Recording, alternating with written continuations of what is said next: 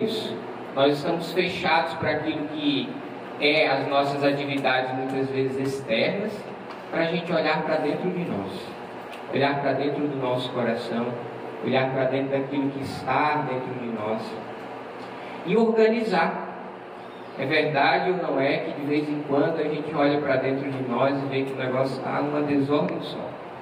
E aí a gente precisa parar um pouco e organizar. Colocar as coisas de volta no lugar. Como numa casa que está toda desorganizada, as coisas estão fora do lugar. Então a gente precisa entrar dentro de casa, fecha a porta e vamos organizar aquela casa. Então um retiro é isso, nos proporciona fazer essa experiência de olhar para dentro de nós, e olhando para dentro de nós, nós vamos ver o que é que precisa ser organizado. Você está aqui representando o seu grupo, sua pastoral, você está aqui porque por um desígnio de Deus, que às vezes até você não sabe, você foi atraído pelo Senhor a estar aqui. Você foi chamado pelo Senhor para servir de alguma forma. E agora você precisa parar e olhar para dentro de você. Não olhe agora para o grupo, não olhe agora para aquele movimento, para aquela pastoral. Olha para você. Quem era essa pessoa que está aqui agora? Aquele que está à frente ou aquele que está representando este grupo, esse movimento, essa pastoral. Quem é essa pessoa? E essa pessoa agora, que é você, é chamada a fazer essa experiência de olhar para dentro de si. E olhando para dentro de si, organizar o que precisa ser organizado primeiro dentro de nós, para depois nós conseguirmos ajudar alguém a organizar. A pessoa que não consegue ter a sua própria casa organizada, dificilmente consegue ajudar outra pessoa a organizar uma casa. Porque ela não sabe o que é a ordem. Ela não sabe o que é estar organizado. Ela é uma pessoa que está acostumada a viver num ambiente sujo, ela não sabe o que é estar num ambiente limpo. Porque ela já está acostumada a estar num ambiente sujo. Então a gente precisa aprender a olhar para dentro de nós e enxergar como nós estamos. Como está o nosso interior? Como estar dentro de nós? E nada melhor do que começar esse momento como nós começamos, com a Santa Missa. O centro, o ápice, o lugar mais alto da nossa fé é a Santa Missa. E foi assim que nós começamos, por providência de Deus. Nós nos aproximamos do lugar mais alto da nossa fé. Nós recebemos daquele que, por amor, se deu a cada um de nós na Eucaristia. Estamos alimentados, mais do que fisicamente ali no café da manhã, estamos alimentados espiritualmente. Porque a nossa alma se alimentou da Eucaristia que recebemos. E agora nós somos chamados a parar um pouco para refletir na Palavra de Deus. Nós precisamos aprender a caminhar e a trilhar esses caminhos na Palavra de Deus. Foi assim que a gente meditava agora. A gente era conduzido a relembrar uma passagem bíblica, que eu creio que todos vocês um dia já leu, já teve contato, a dos discípulos de Emaús. Os discípulos de Emaús caminhavam ao lado do Senhor. Eles estavam do lado do Senhor, mas eles não reconheceram o Senhor. Eles estavam ali do lado do Senhor, mas eles estavam preocupados com tantas outras coisas. E não se deram conta de que quem estava ali era o Senhor. E o interessante dessa passagem bíblica é porque ela é para nós um relato da Santa Missa. É um dos primeiros relatos da Santa Missa que nós temos. Porque ao longo do caminho, o Senhor vai explicando àqueles dois discípulos as Escrituras. E quando eles chegam ao redor da mesa, ele parte o pão. São as duas partes da Eucaristia.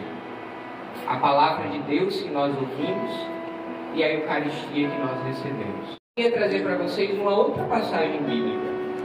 Se você tiver a sua Bíblia aí, se você tiver no celular também e quiser pegar, está no Evangelho de São Lucas, capítulo 10.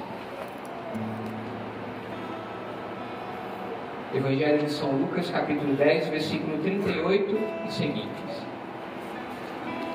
A gente vai passando por algumas passagens das Escrituras, mas eu queria começar por essa aqui, que é a passagem que Jesus entra na casa de Marta e de Maria.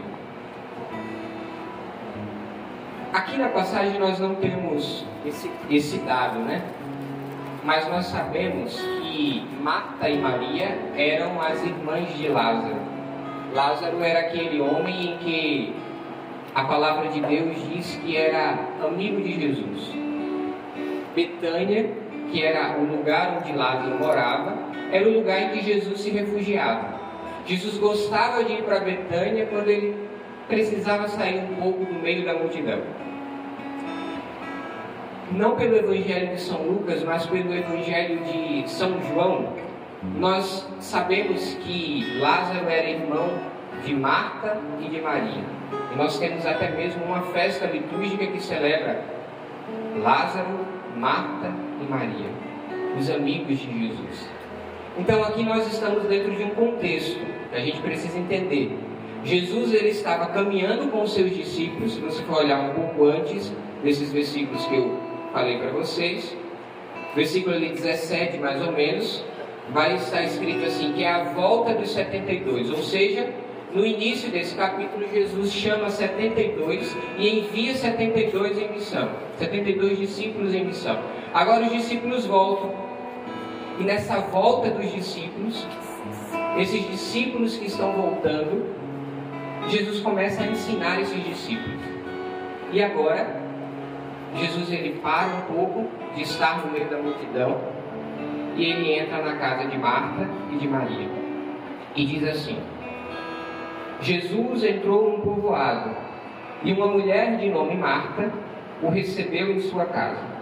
Ela tinha uma irmã, Maria, a qual se sentou aos pés do Senhor e escutava a sua palavra. Marta, porém, estava ocupada com os muitos afazeres da casa.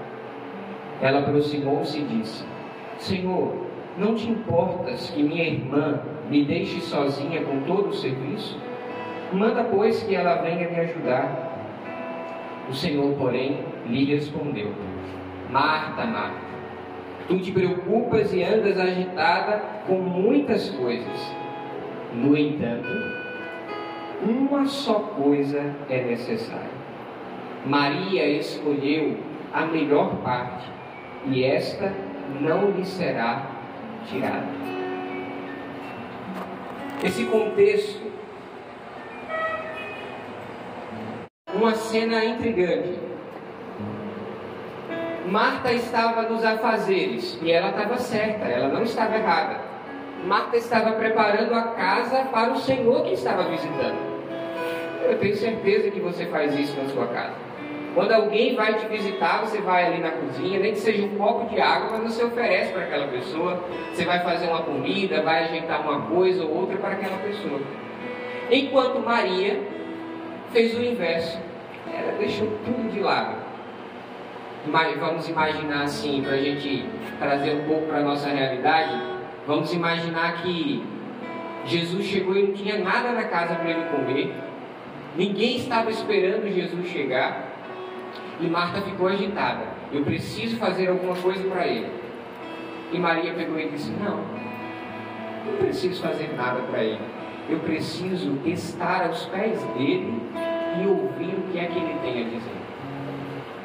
Então, enquanto Marta se agita, Maria se coloca aos pés de Jesus e começa a ouvir o que Jesus tem a dizer.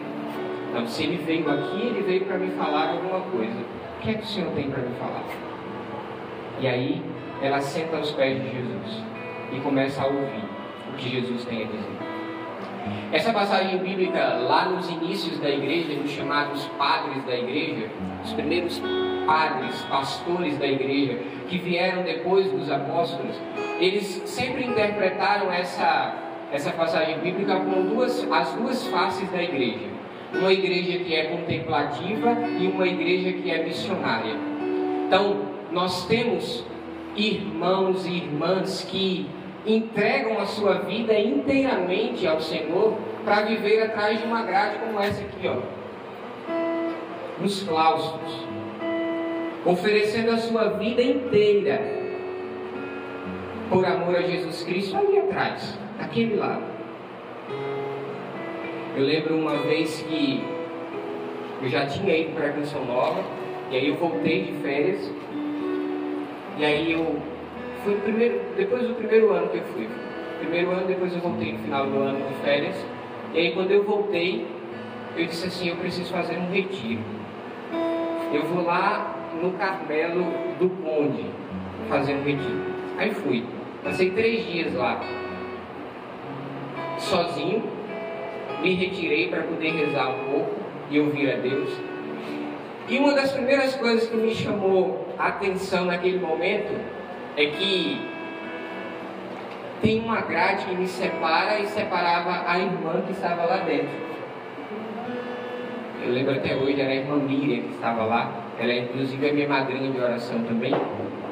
E aí quando eu olhei para aquela grade que nos separava, ela de um lado e eu do outro, aí eu parei e me perguntei assim, Senhor, quem está preso? Eu ou ela? Porque se ela olha de lá para cá, eu estou preso. Mas se eu olho de cá para lá, é ela que está presa.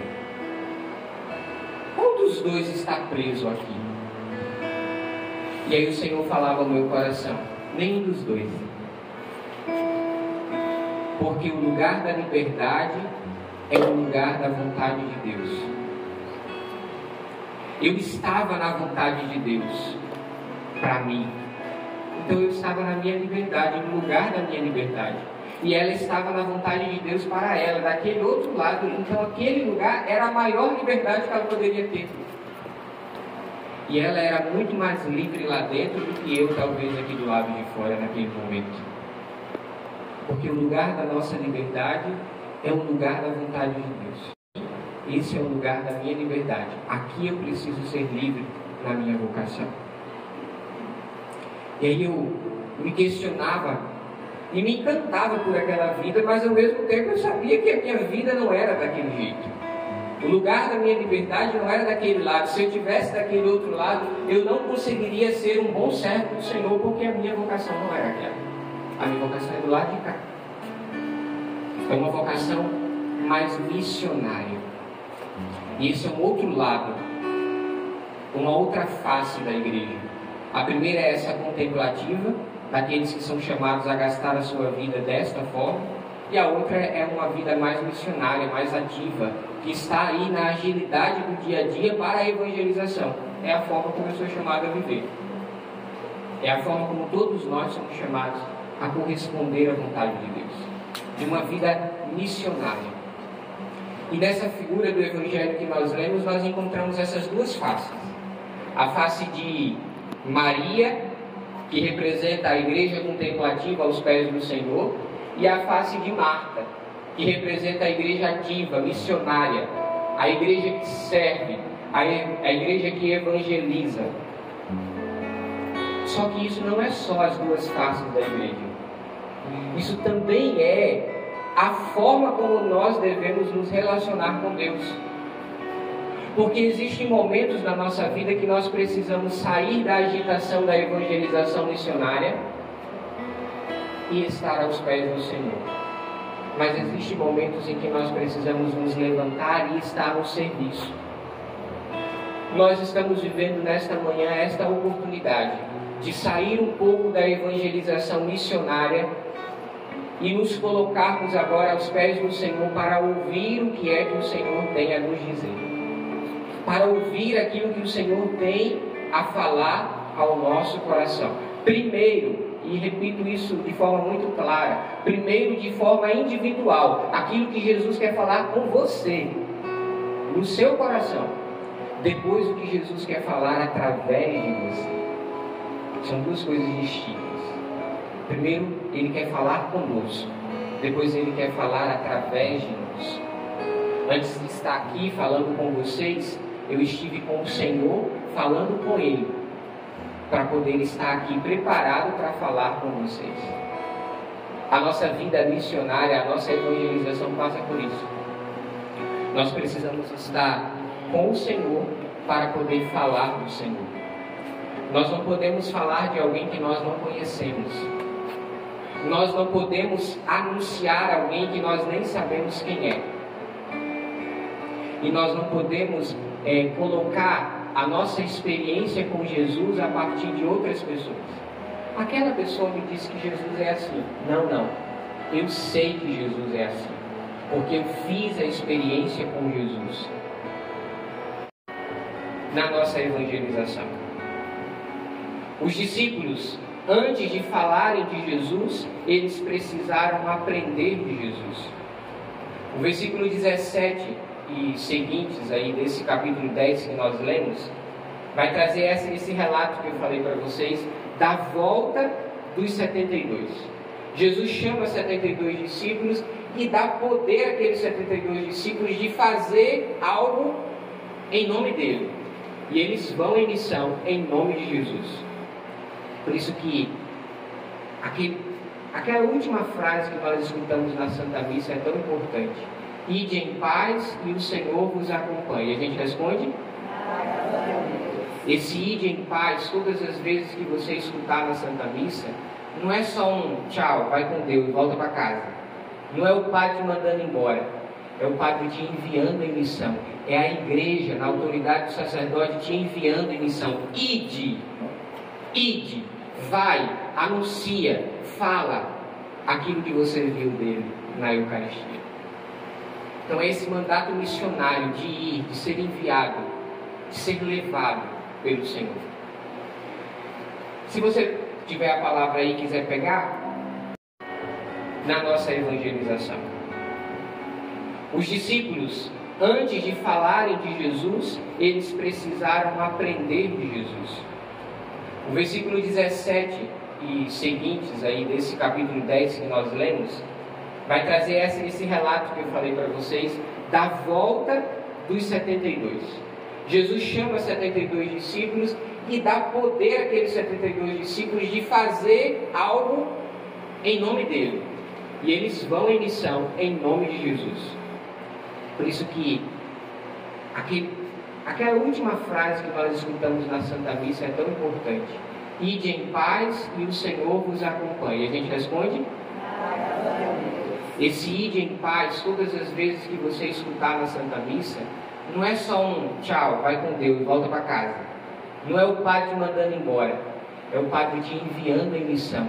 É a igreja, na autoridade do sacerdote, te enviando em missão. Ide, vai, anuncia, fala aquilo que você viu dele na Eucaristia. Então é esse mandato missionário de ir, de ser enviado, de ser levado pelo Senhor. Se você tiver a palavra aí e quiser pegar, até os demônios nos obedecem por causa do teu nome. Jesus respondeu: eu vi Satanás cair do céu como um relâmpago. Eu vos dei o poder de pisar em cobras e escorpiões, e sobre toda a força do inimigo. Nada vos poderá fazer mal. Contudo, olha Jesus ensinando os discípulos: contudo, não vos alegreis porque os espíritos se submetem a vós. Antes ficai alegres porque vossos nomes estão escritos nos céus. Aqui uma primeira coisa que essa passagem bíblica nos ensina. Imagina, Jesus deu poder para os discípulos. Até então os discípulos caminhavam ao lado de Jesus e via Jesus fazendo um monte de coisa. Via Jesus realizando milagres, sinais, prodígios, curando, expulsando demônio. Agora Jesus chamou os discípulos para perto, chamou 72 da grande multidão, chamou 72 para perto e disse assim: olha, tudo isso que eu fiz agora, vocês podem fazer em meu nome. Vai aos povoados que eu não posso ir e faz em meu nome. Os discípulos foram felizes da vida e começaram a curar em nome de Jesus, começaram a expulsar demônios em nome de Jesus, e aí eles voltaram felizes da vida. Jesus, nós conseguimos expulsar até demônios por causa do teu nome. É importante essa colocação dos discípulos, porque não é por causa do nosso nome, não é pelo meu poder, Senhor, mas é pelo poder do teu nome que tudo acontece. E os discípulos conseguem reconhecer isso e voltam alegres. Mas Jesus diz assim: não, essa alegria que vocês estão tendo é válida também, mas a maior alegria é o que vocês podem colher da evangelização. A maior alegria não é vocês expulsarem os demônios em meu nome. A maior alegria é os vossos nomes estarem escritos nos céus. A maior alegria não é o que você faz em nome do Senhor, mas é se aquilo que você faz em nome do Senhor te aproxima dele. Porque às vezes nós podemos fazer coisas de Deus que nos levam para longe de Deus. Vocês estão perto daquilo que todos antes de vocês quiseram ver e não puderam ver. Vocês são privilegiados. O Evangelho de hoje também nos trouxe essa mesma dimensão do privilégio de podermos estar próximos do Senhor. E hoje eu posso dizer para você, vocês são privilegiados porque vocês estão servindo ao Senhor naquilo que vocês estão fazendo. Existe um privilégio que não é para você se envaidecer, não é para você se orgulhar. Não caia no erro que os discípulos não caíram, de achar que tudo é por causa de você. Isso é um perigo que nós vivemos dentro da igreja. Acharmos que é por causa de nós. Não é. Não é. É por causa do Senhor em nós. E se um dia você sair, como muitos saíram, tudo vai continuar. Tudo vai seguir. Deus não vai deixar de alcançar o que Ele tem, os que Ele tem para alcançar, se você disser não. É o mesmo dilema de uma vocação. Eu sou livre para dizer não ao Senhor na minha vocação. O Senhor me chama ao sacerdócio e eu sou chamado a dizer não, se eu quiser dizer não. Mas eu preciso bater no peito e, com a mesma forma que eu preciso ser homem para acolher a vocação, eu preciso ser homem para dizer não e acolher as consequências do não que eu disse para o Senhor. Nós somos livres na vontade de Deus dessa forma. Eu lembro de um fato que aconteceu bem interessante comigo. Eu estava me desligando aqui das coisas da paróquia, me desligando do grupo de oração e tudo mais, para poder ir para a Canção Nova. E quase ninguém sabia que isso estava acontecendo. Estava tudo ali escondido, tudo em segredo. Poucas pessoas sabiam o que eu estava vivendo ali. Já fazia, antes de ir, já fazia 3 anos que eu vinha caminhando para poder ir para a Canção Nova. E no último ano, eu fui entendendo que eu precisava fazer a experiência de começar a deixar. Então eu fui começando a me afastar de certas realidades que eu já ia assumindo na paróquia, na grupo de oração e tudo mais. Fui saindo um pouco de cena. Estava ali, mas eu já não estava com aquelas responsabilidades todas que eu tinha. E aí, nesse último ano, que já estava quase tudo certo, e no ano seguinte eu iria, isso era 2015, no ano seguinte eu iria para a Canção Nova, veio uma pessoa lá da Renovação Carismática Estadual, fazia parte, era coordenadora na época do Ministério de Intercessão Estadual, e ela me fez um convite. Faltava ali meses para mim ir embora. E ela disse assim: eu queria que você fizesse parte do grupo, de intercessão estadual da Renovação Carismática. Aí eu na hora olhei para ela e disse assim: eu não posso. E aí ela disse assim: não, eu não quero uma resposta agora, eu quero que você pense, veja, eu preciso de você. Daí foi toda cachetagem, uma coisa assim, para que eu dissesse sim a mim na hora. E eu disse assim: eu não posso, eu já tenho outras responsabilidades e não posso assumir essa. E ela disse assim: não, mas eu quero que você me responda depois. E ficou ali. Eu disse assim: então vamos fazer o seguinte, eu vou rezar para depois te dar uma resposta. Aí ela disse: tá bom, então eu aguardo uma resposta. E eu fui sair e fui rezar com isso. Eu disse: Senhor, mas interessante, por que isso se apresenta agora? Por que o Senhor me manda esse convite para servir desta forma agora, se eu agora não posso. Se eu preciso dizer não. E aí o Senhor colocava no meu coração assim: nem tudo, essa frase me acompanha até hoje, nem tudo que é de Deus é vontade de Deus.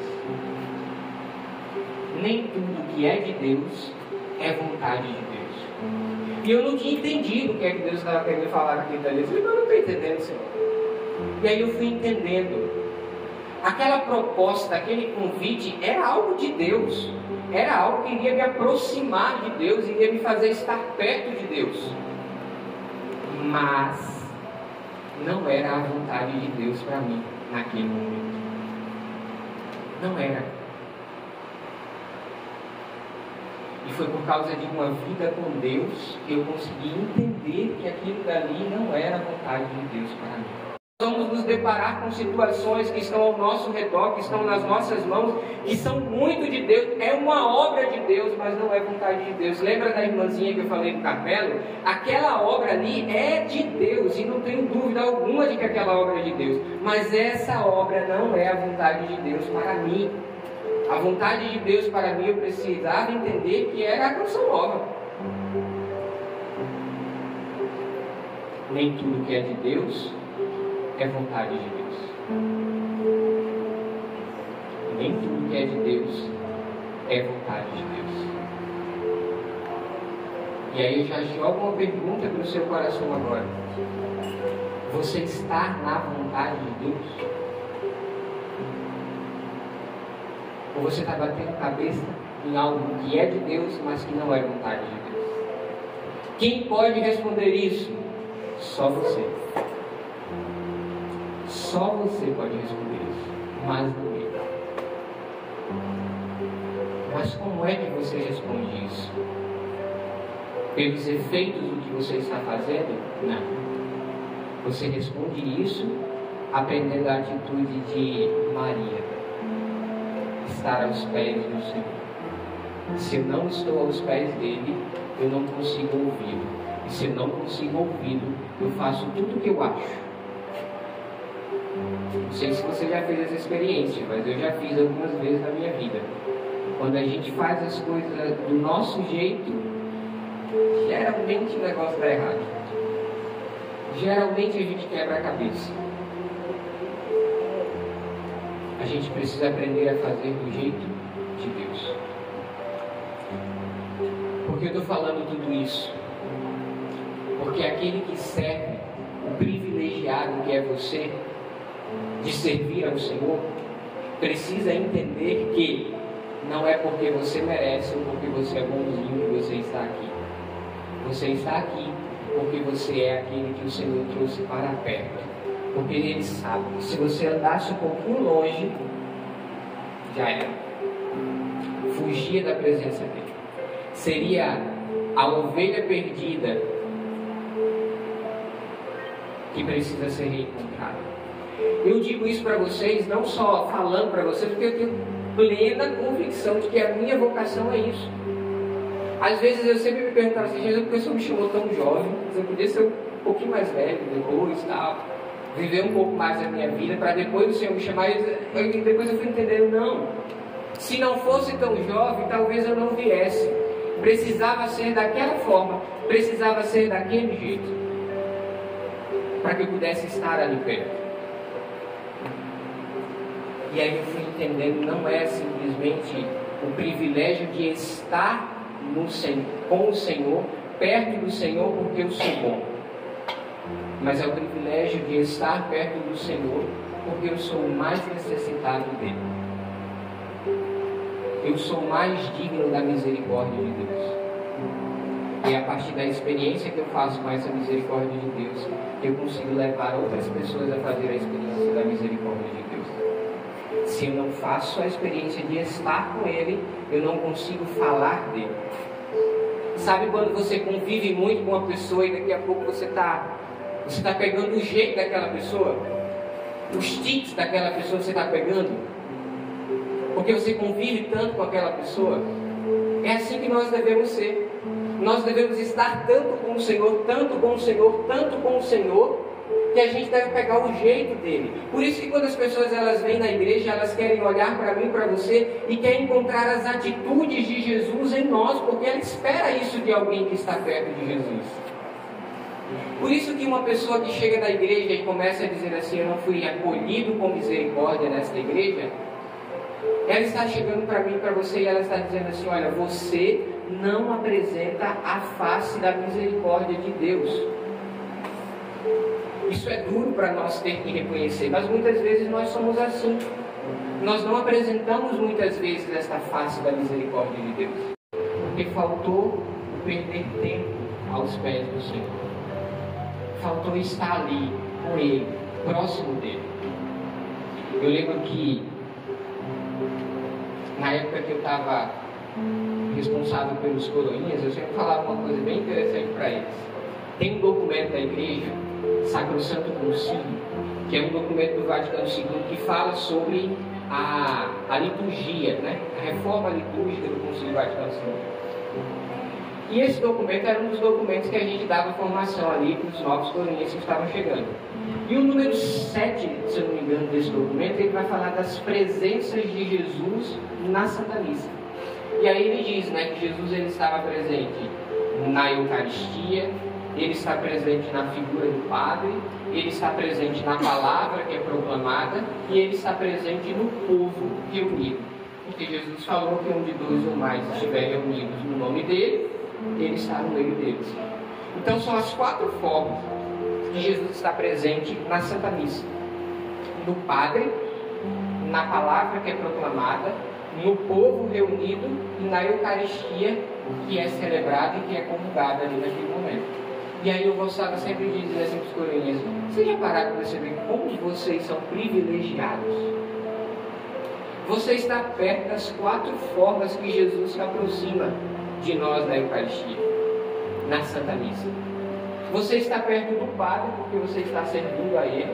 Você está perto da palavra porque ela está sendo proclamada e a palavra não é nossa, é a palavra de Deus. Por isso que você não pode escrever um texto e ler ali naquela hora. Precisa ser a palavra de Deus e não a sua. Você está presente perto do povo porque o povo reunido também faz a presença, às vezes, de Cristo no meio da Assembleia. E você está perto da Eucaristia porque você está perto do altar. E você também, mais ainda, você recebe essa Eucaristia. E eu dizia para eles: olha o privilégio que é estar perto do Senhor de todas essas formas. Hoje eu digo para vocês: olha o privilégio que é estarmos perto do Senhor de todas essas formas. Olha o privilégio que é poder estar ao lado do Senhor de todas essas formas. Antes dos discípulos começarem a anunciar Jesus, eles começaram a ser chamados a estar perto de Jesus. Vem para perto. Vem para perto. Eu lembro uma passagem que eu gosto muito. O Evangelho de São João, capítulo 6, Jesus começa a falar sobre o discurso do pão da vida. Jesus começa a falar da Eucaristia. E aí ele começa a dizer: uma grande multidão está seguindo a Jesus. E aí Jesus começa a dizer assim: olha, vocês precisam comer da minha carne e beber do meu sangue. Aquela multidão que estava ao redor de Jesus não estava entendendo o que Jesus estava dizendo. Ele está ficando louco. Como é que ele está dizendo que a gente precisa comer da carne dele? Como é que ele está dizendo que nós precisamos beber do sangue dele? E vai dizer no capítulo 6 do Evangelho de São João que aquela multidão começou a ir embora. O povo começou a dizer assim: olha, é duro demais as palavras deste homem, eu não consigo caminhar com ele. Aí começa a ir embora.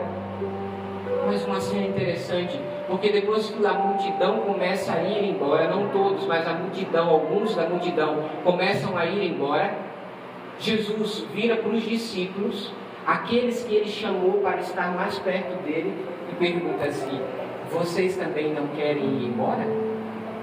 Vocês não querem ir junto com eles? Aí Pedro toma a palavra por um ímpeto e diz assim: a quem iremos, Senhor? Só tu tens palavras de vida eterna. Nós não temos para onde ir. A quem nós iremos, Senhor? Só tu tens palavras de vida eterna.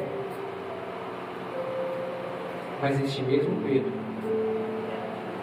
depois Quando Jesus começa a anunciar que o Filho do Homem precisa sofrer, precisa ser entregue nas mãos do inimigo, olha para Jesus. Esse mesmo, é interessante porque esse mesmo Pedro faz a mesma atitude que Jesus fez. Chama Jesus à parte e diz assim: Senhor, que isso nunca te aconteça. Está querendo livrar Jesus da cruz. E ele diz: Senhor, que isso nunca te aconteça. Jesus imediatamente, ao mesmo Pedro que falou em nome do Senhor, agora olha para Pedro e diz assim: afasta-te de mim, Satanás.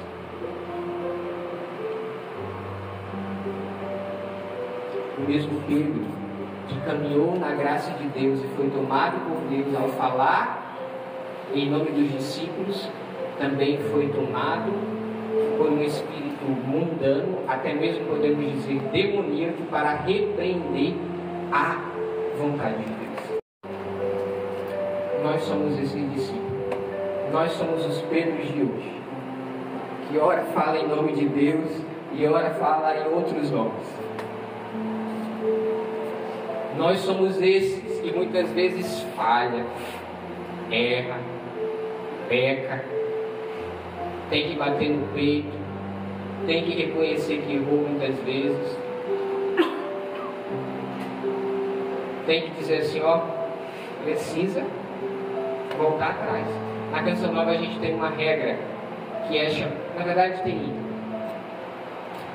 5 princípios de vida que nós vivemos na Canção Nova, e um desses princípios de vida se chama viver reconciliado. Padre Jonas sempre nos ensinou que na Canção Nova nós não podemos deitar sem antes nos reconciliar.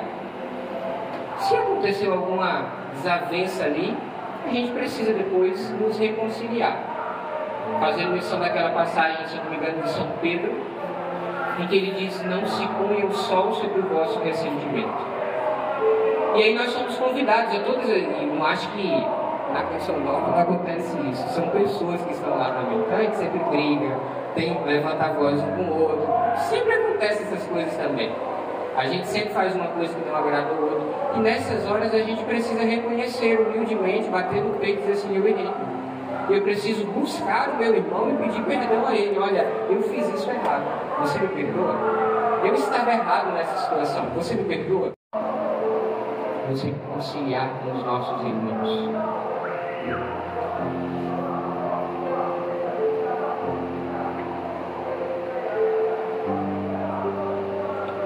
Nós somos chamados, e esse é o grande ponto que nós precisamos entender hoje. Nós somos chamados a ser discípulos. Mas antes de falarmos do Senhor, nós precisamos aprender a estar com o Senhor. Senão você não tem o que falar. Senão você vai dar de si mesmo. E ninguém quer você. As pessoas querem Deus. As pessoas querem Deus. E aqui, para a gente já ir entrando no final desse momento, eu queria trazer um outro aspecto que também é muito importante: o sofrimento. A gente muitas vezes acha que caminhar com o Senhor é estar isento de sofrimento. Minha família está blindada agora e nada vai acontecer. Eu estou blindado agora e nada vai acontecer. Desculpa te dizer, mas o Jesus que nós seguimos é aquele que foi crucificado. É bonito sermos devotos do Sagrado Coração de Jesus, mas o coração de Jesus foi um coração perfurado. Nós só podemos tocar na grandeza do coração de Jesus porque nós fizemos um dia a experiência de olhar para a cruz e ver que Jesus morreu na cruz.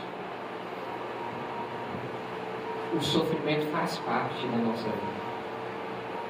Eu gosto sempre de dizer para o povo de Deus, quando eu estou falando alguma coisa assim: olha, se você crê em Deus ou se você não crê. Ontem um homem parou na rua e ele disse: olha, eu não creio em Deus. Ele começou a querer discutir comigo. Tá bom, eu não posso fazer nada, eu tenho que respeitar. Você não crê em Deus, eu tenho que respeitar que você não crê em Deus. Aí eu quero saber como você pensa. Eu penso completamente diferente de você. Não posso querer discutir com você diante disso. Mas isso é importante. Quem crê em Deus ou quem não crê vai sofrer nessa vida. Agora, quem sofre com Deus aprende a trilhar esse caminho de sofrimento. E o melhor exemplo de alguém que sofreu, sobre estar firme no sofrimento, é a Virgem Maria. O que Jesus viveu na carne, ela viveu na alma. A dor que Jesus viveu ali, no momento que estava sendo crucificado, ela viveu na alma. Por isso que nós temos a devoção do Imaculado Coração de Maria, mas o coração de Maria que está cheio de espadas. A nossa vida com Deus muitas vezes vai nos levar a esses momentos, a esses lugares de sofrimento. Mas nós precisamos entender que o sofrimento nos faz ser quem nós somos hoje. Se você tirasse todo o sofrimento que você viveu na sua vida, você não seria quem você é hoje. Porque o sofrimento te ensinou a estar aqui. O sofrimento te ensinou a ser quem você é. Assim também nós podemos encontrar na vida dos discípulos. O sofrimento de caminhar com o Senhor ensinou os discípulos a estarem com o Senhor. Então, precisamos tirar muitas vezes essa maquiagem. Essa passagem que nós meditamos no início, dos discípulos de Emaús, eu gosto quando o Papa Bento XVI, na época ainda cardeal, ele fez um comentário a essa passagem. E aí ele dizia assim: os discípulos precisavam desconstruir a imagem de Jesus que eles tinham. Eles tinham construído uma imagem de Jesus, achando que Jesus era isso, isso, isso e isso. E quando eles viram Jesus do lado deles, eles não conseguiram reconhecer porque eles estavam apegados a uma imagem que eles construíram. Aí o Papa Bento XVI diz assim: Jesus precisou ao longo do caminho ir mostrando nas Escrituras e desconstruindo aquela imagem que eles tinham de Jesus, para que eles pudessem reconhecer Jesus que estava do lado deles. A nossa caminhada com Deus muitas vezes é assim. Nós precisamos deixar que o Senhor desconstrua o que nós achamos que Ele é, para reconhecer de fato quem Ele é. Nós só reconhecemos uma pessoa quando nós vivemos com ela. Você é a pessoa mais bonita que existe na face da terra, mas a pessoa que te conhece é aquela que vive dentro de casa com você. Se nós não vivermos dentro da casa do Senhor, e aqui a casa que eu falo não é a igreja, mas é a intimidade da oração, se nós não vivermos uma vida com o Senhor, desculpa te dizer, mas as pessoas vão achar que você é uma coisa, mas você não é, porque só te conhece quem está dentro de casa. Nós somos chamados primeiro a estar com Ele. Se você não estar com o Senhor, e aqui eu entro naquilo que é o tema desta assembleia que vocês vão viver. Se nós não estivermos com o Senhor, nós nunca vamos conseguir ver, julgar e agir. Nós nunca vamos conseguir encontrar a igreja que o Senhor quer. Porque nós sempre vamos estar achando que o ver, o julgar e o agir é meu. Eu vejo, eu julgo e eu vou agir. Não, não, não. Eu preciso aprender a ver, a julgar e agir com os olhos do Senhor. Eu preciso ver, julgar e agir com os olhos daquele a quem eu gasto tempo com ele. Porque se for do nosso jeito, a gente vai fazer tudo do jeito que nos agrada. Esses dias eu respondia para um jovem que me perguntava, ele pedia conselhos para sair de uma crise vocacional. Ele estava numa crise vocacional e queria saber como sair de uma crise vocacional. Ele disse: olha, uma das primeiras coisas que você precisa fazer é você procurar alguém que possa te ajudar. Porque se você quiser sair de uma crise vocacional sozinho, nem se preocupe, você vai se sabotar. Você é o seu pior inimigo diante dessa situação. Você precisa de alguém que caminhe ao seu lado e te ajude. Te diga isso, te diga aquilo. Então, que tudo isso que nós fomos ouvindo, meditando, possa ganhar espaço dentro do nosso coração, possa ganhar espaço no nosso interior. E que se você sair daqui hoje pensando em tudo isso que você ouviu, ou em uma coisa de tudo isso que você ouviu, já vai te ajudar muito. Porque já vai te ajudar a querer ser melhor no serviço que você está vivendo. Lembre-se, você não é melhor do que outras pessoas. poderia dizer assim, e me incluo no meio: nós somos os mais miseráveis, por isso que nós estamos mais perto dele. Por isso que nós estamos aqui. Nós somos os mais necessitados do Senhor. Por isso que Ele nos trouxe para perto dele. Por isso que nós estamos do lado dele. E a partir daí, nós vamos conseguir pegar o nosso grupo, a nossa pastoral, nós vamos conseguir pegar o nosso movimento e transformar como algo onde as pessoas vão se encontrar com Deus. Porque aí você vai deixar de olhar para o seu serviço como algo que você tem que fazer. Porque isso é um grande perigo. Na igreja precisa ser diferente. A igreja não é o lugar do seu trabalho. Você não está trabalhando na igreja. Primeiro, que o padre não está te pagando nada. Segundo, que o seu trabalho ali é por amor ao Senhor. O seu trabalho ali é por amor ao Senhor. Você precisa amar o Senhor. E por amor você promove aquilo que você vive. Eu pensava, em casa, preparando isso. Tem representante do SCC aqui? Do SCC? Ali? Está por aí? Pastoral da família. Sei lá, o batismo. Olha que interessante. Se você começa a caminhar ao lado do Senhor, você vai deixar de olhar para aquilo que você tem de fazer como uma atividade, como um trabalho. E você vai enxergar aquilo dali como uma oportunidade de levar outras pessoas a se encontrar com Jesus. Líder do SCC, você vai fazer a experiência de não olhar para aquele casal que está chegando ali, que está com a vida completamente destruída, com um casamento por um fio para acabar. Você não vai olhar para ele e vai dizer assim: eu preciso preparar a comida, eu preciso organizar o lugar, eu preciso colocar as cadeiras. Não. Eu preciso organizar a comida, eu preciso colocar as cadeiras, eu preciso fazer tudo isso para que aquele casal se encontre com Jesus como eu me encontrei com ele. Olha o privilégio que muitas vezes a gente olha de forma diferente. Olha o privilégio que é muitas vezes a pastoral do batismo. Você não está ali simplesmente para puxar a guia batismal e colocar na frente do presbitério. Você não está ali para colocar água na jarra e entregar para o diácono, para o padre, para celebrar um batizado. Você está ali para ajudar aquela criança que vai ser batizada a se tornar filha de Deus. Se você olha de uma forma diferente, você vê que o negócio é muito mais profundo. Você está cooperando, você está ajudando a fazer com que aquela criança que chega ali como uma criatura de Deus saia daquela igreja como um filho de Deus. E mesmo que ela não entenda, não vai mudar, ela vai continuar sendo filho de Deus. Porque se for assim, a gente vai começar a medir as nossas coisas pelas nossas vontades humanas.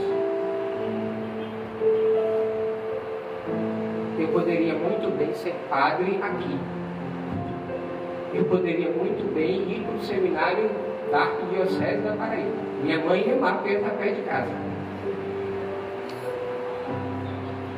Mas Deus me chama a estar num lugar mais longe. Deus me chama a responder de uma forma diferente, às vezes até mais dura. Eu venho em casa uma vez por ano, praticamente, né? E toda vez que eu saio de casa, eu olho para o meu pai, para minha mãe, para o meu irmão, eu tenho que deixar de novo. Eu tenho que ofertar a eles de novo, para poder seguir a vontade de Deus. É fácil, não é não? Não é. Mas é por amor ao Senhor. Eu poderia escolher responder a minha vocação de uma forma fácil. Mas Deus não quer que eu responda de uma forma fácil. Deus quer que eu responda desse jeito. Eu preciso abrir mão de tudo e responder desse jeito. Por isso que nosso serviço, a nossa entrega, a nossa oferta de vida precisa ser cada vez mais consciente. Se eu estivesse aqui no meio de vocês representando um grupo, ou ainda estivesse na paróquia, eu seria um jovem de Deus. Mas Deus não me quer um jovem de Deus aqui. Deus me quer um jovem de Deus lá.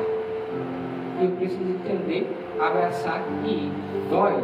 Sou ser humano, sempre vai doer. É difícil, mas é a minha oferta, é a minha renúncia, é a minha entrega. Faz parte da vocação que o Senhor me chamou a responder. Feche os seus olhos agora.